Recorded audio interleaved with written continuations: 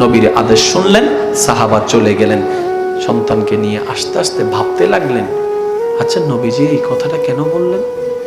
যেহেতু নবী বলেছেন কোনো না কোনো কারণ তো আছে, কেন বললেন? মনে মনে প্রশ্ন।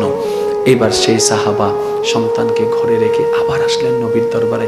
ইয়া রাসূলুল্লাহ, বুঝি কিংবা না বুঝি আপনি যেরকম বলেছেন অতটুকু আমি পালন করেছি, কিন্তু আমার মনে মনে প্রশ্ন, আমি বাবা হয়ে সন্তানকে পাওয়ার পরও আবেগটাকে, মায়াটাকে ধরে রাখতে বলেছেন, আদর করতে নিষেধ করেছেন, ব্যাপারকে একটু জানতে চাই, আমার কিউরিসিটি জাগছে, কারণটা কি?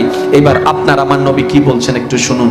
হে আমার সাহাবা, তোমার সন্তান যাদের সাথে খেলছে তাদের ভিতর হয়তো এমনও কিছু সন্তান আছে যারা জন্মের আগে বাবা হারিয়ে ফেলেছে।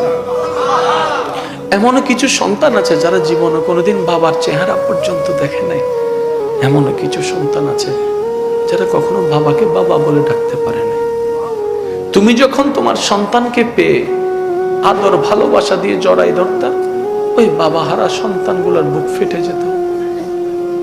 আপনি আমি সেই নবীর উম্মত যার দয়ার নজর একটা এতিম বাচ্চার মনের সন্তুষ্টির পর্যন্ত আছে।